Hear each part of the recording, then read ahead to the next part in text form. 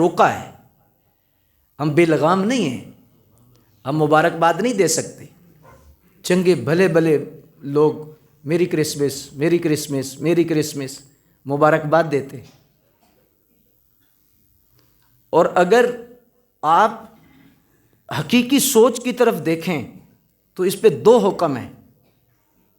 پہلا تو حکم یہ ہے کہ اگر آپ اس میں ویسے ہی داخل ہوتے ہیں، شامل ہوتے ہیں، آپ مبارکباد دیتے ہیں تو یہ بہت بڑا کبیرہ گناہ ہے، اور اگر آپ کفر پر راضی ہیں تو بڑا سخت حکم ہے۔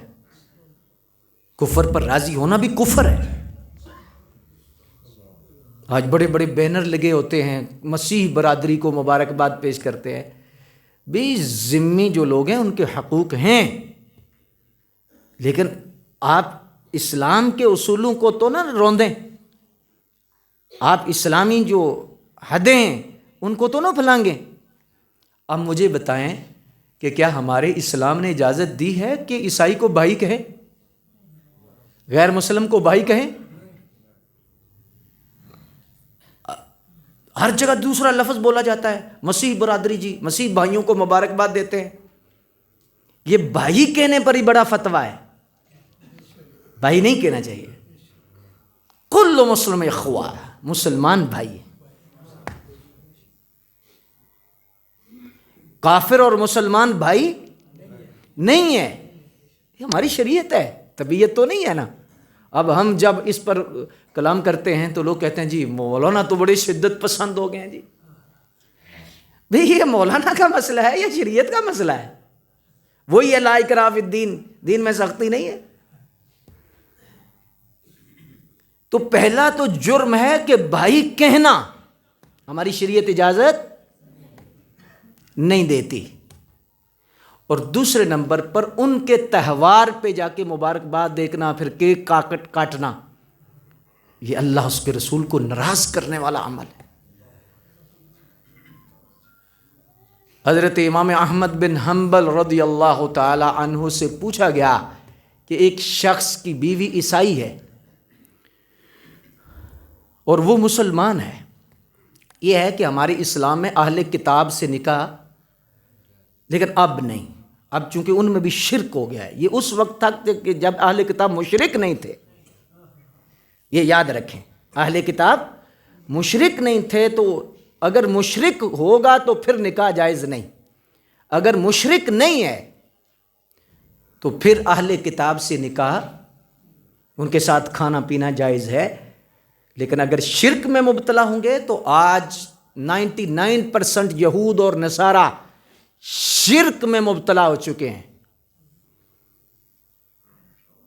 تو اس لیے آج فقہاء علماء نے محتاط رہنے کا حکم دیا ہے۔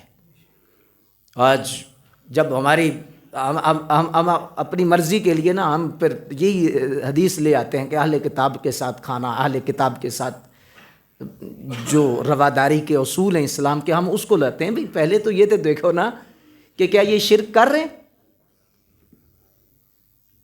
ہاں جی، شرک کر رہے ہیں۔ شرکیہ کلمات اس میں بولے جاتے ہیں، کرسمس میں اور ان کے پروگرام میں اور ان کے ایونٹ میں کھل مخل شرکیہ کلمات بولے جاتے ہیں۔ تو اب حضرت امام احمد بن حنبل سے پوچھا گیا کہ ایک شخص کی بیوی اہل کتاب سے ہے اور وہ شخص مسلمان ہے، تو کیا وہ اپنی بیوی کو اجازت دے کہ وہ کرسمس میں جائے؟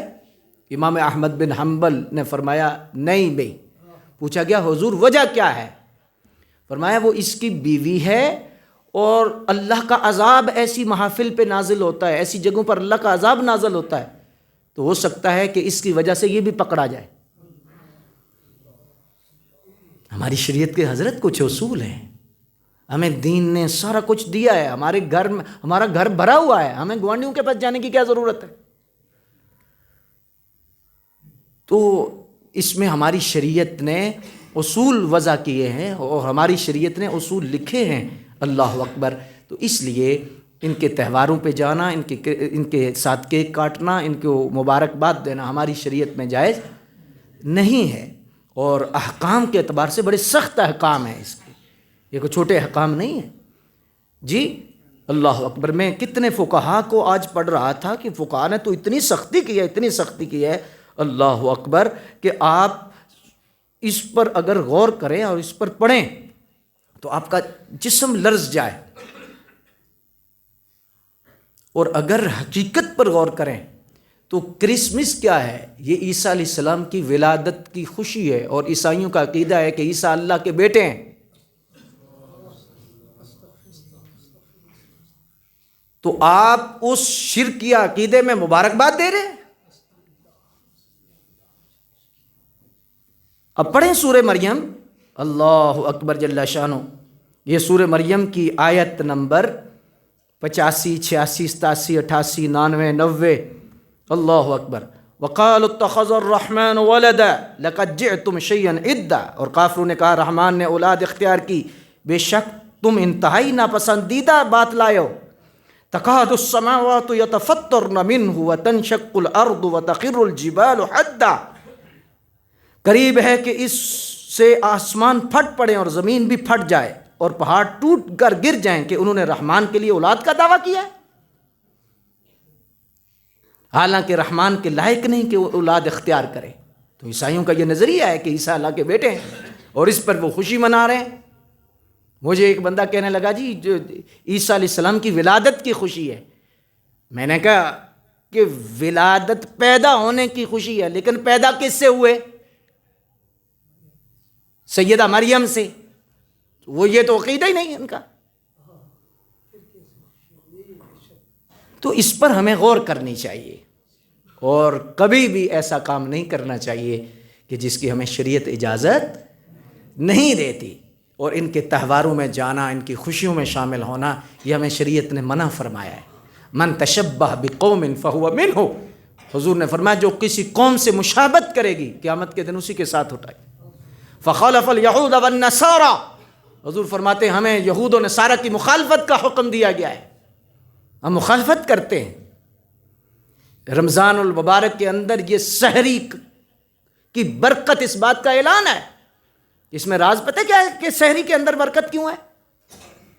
کہ یہود اور نصارہ یہ سحری نہیں کرتے تھے، ان کے ہاں سحری نہیں تھی، اور حضور نے فرمایا تسحروا فإن السحور برکہ. فرمایا سحری کرو کہ اس میں برکت ہے. فخلف الیہود والنصارى. اور یہ یہود و نصارہ کی مخالفت ہے کہ وہ سحری نہیں کرتے، ہم سحری کریں گے. اور فرمایا سحری کے لیے چاہے تمہیں بھوک نہیں بھی ہے، جس طرح پرندہ چونچ میں ایک دانہ لیتا ہے اتنا دانہ ہی سحری کی نیت سے کرو. فرمایا اللہ تمہیں برکت سے نوازے.